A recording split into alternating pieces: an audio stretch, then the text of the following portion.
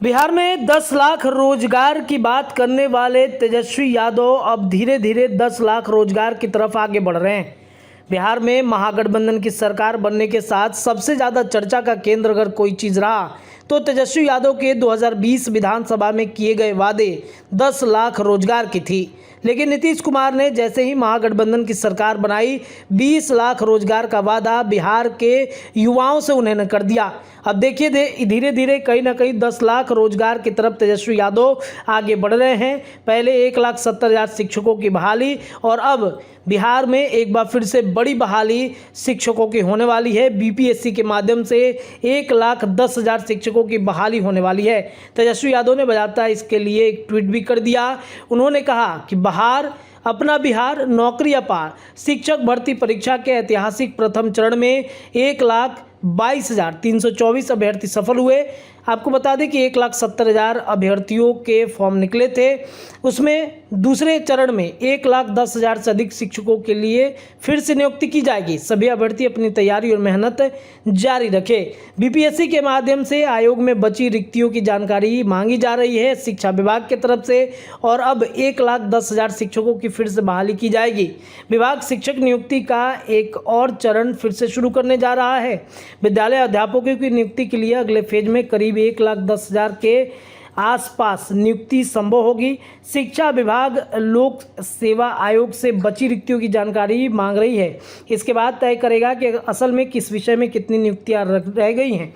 हालांकि यह तय है कि जल्द ही शुरू होने जा रहे शिक्षक नियोजन में सर्वाधिक नियुक्तियां नियुक्त की गई हैं। माध्यमिक और उच्च माध्यमिक विद्यालयों से जुड़ी होंगी। अगले चरण की नियुक्ति की अधिसूचना पूरी तरह विषयवार रिजल्ट आने के बाद भेजी जाएगी।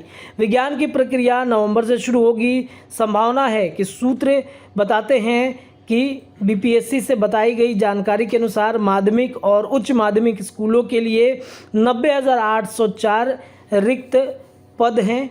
वहीं केवल 49,905 अभ्यर्थी ही चयनित हुए हैं, लेकिन अब भी 40,899 पद रिक्त हैं।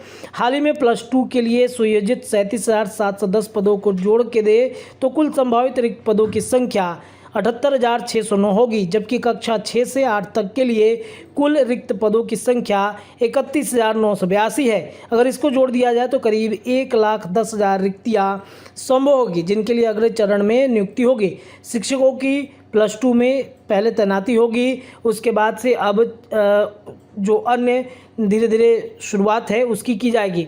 अब आपको बता दें कि उच्च माध्यमिक शिक्षकों के गणित, जंतु विज्ञान और इतिहास का रिजल्ट जारी हो चुका है।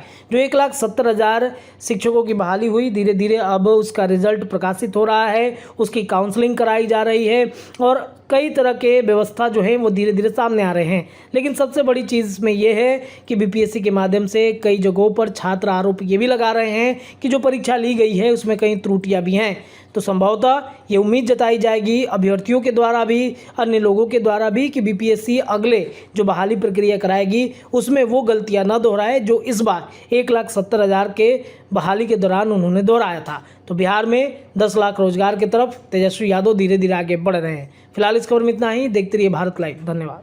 अगर ये वीडियो पसंद आई और वह बिहार के राजनीति और बिहारियत से सरोकार रखेनी तो सब्सक्राइब बटन दबा के चैनल के सब्सक्राइब कर ली। ओजे एगो घंटी बा, ओकरा बटन दबा देला से कुल सटीक और मारक खबर रुआ मुफ्त में मिल जाई। अगर रुआ पत्रकारिता के हमनी के नया प्रयोग में सहयोग कर चाहतानी तो ज्वाइन बटन दबा दी।